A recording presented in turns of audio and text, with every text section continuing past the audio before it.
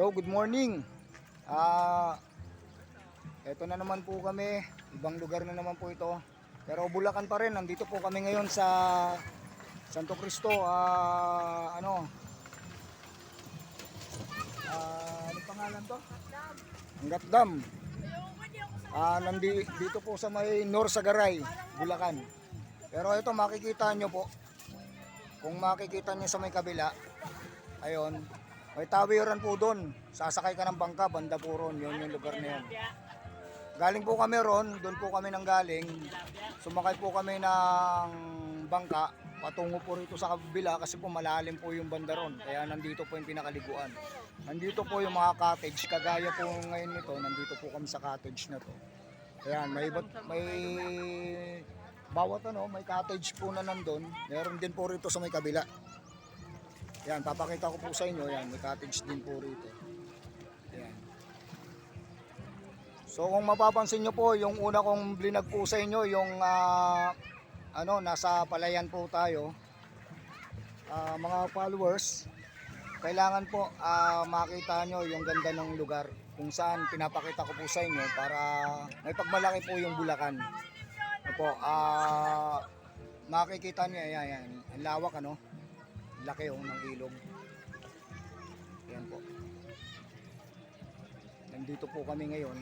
Kasama po yung mga anak ni Mrs. So, ito po yung lugar na pinagmamalaki nila na isa sa paliguan. Pero may mga isda po ito. Pag nakita nyo po, nandun kayo sa ibabaw, may mga isda po itong tubig na to. Banda po ron sa may malalim na isda. Marami rin po pala rito yung iba namimingwit dito or yung tawag dito yung papana, nagpapana po sila ng mga isda. Marami po palang isda rito. So ito nga, yan yung lugar na kung tawagin na Angat Dam. O kung tawagin po natin ito, Norsagaray, Santo Cristo, Bulacan. Ito po yung pinakabarangay dito, Santo Cristo. Ang ganda po ng tubig. Papakita ko po sa inyo, napakalinaw po nito. Ang linaw po nung liguan.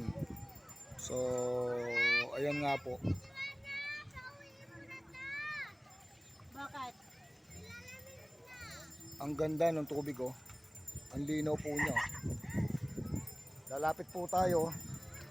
Mga ka-followers, lalapit po ako. Makikita niyo po yung tubig Ang linaw Ayan Ang linaw po ng tubig. Ayan kitang-kita yung nilalamig na po yung isa, yung apo ko. Halika na. Halika. Ano mo muna ng tuwalya ito, be? So, ito yung isa sa mga apo ko, nilalamig na Wala nga akong pera. Ano mo muna ng tuwalya to, nilalamig na? Nagtuturo nga nung ice cream. Nilalamig na. Nagtuturo pa nung... Nilalamig ka na mag-ice cream mamaya. Dadaan ulit rito yan. Bibili tayo. Ayun. Diba? Medyo makulit yung apo ko. Giniginaw na. Gusto pa ice cream. Ayan nga po. Mga ka-vlog o mga ka-followers, napakagandang lugar. Pinagmamalaki po namin sa inyo, Santo Cristo, Bulacan. Ayan. So mamaya po maliligo na tayo.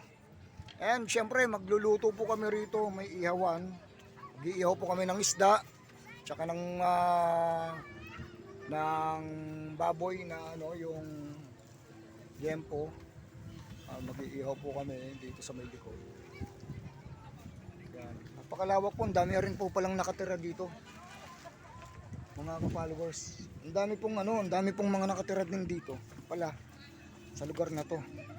So, dalawang lugar ito, hindi kami makaikot dito kasi ang layo po ng ikutan dito kung sa tutusin. May mga bahay din po rito, pero may mga daanan kung saan patungo rin po yan. So dito tayo mga ka-followers, ito po yung lugar ng Santo Cristo sa kabila. Ang ganda ang ganda. Pero hindi ko lang po alam kung saan yung dating pinagliguan namin. Norsagaray din, pero batuhan yun. Ito, iba po ito. Ang laki. Yun po, malakas ang agos nun, pero ito smooth lang. Ianggat pa lang naman pala ito So ito, Angat po pala ito. Iba po pala yung pinagliguan namin noon. Ayan. So, yan. God bless you po para sa bawat isa. Ayan, magbalain po kayo ng Panginoong Diyos. At isang pagdakila, pagluwalhati sa kapangyarihan ng Panginoong Diyos kung paano mayroong gantong kalikasan. Napakasarap lalo ngayon, tag-init. Masarap pumaligo. So yan po. And hanggang dito na lamang po. God bless you everyone. Goodbye po.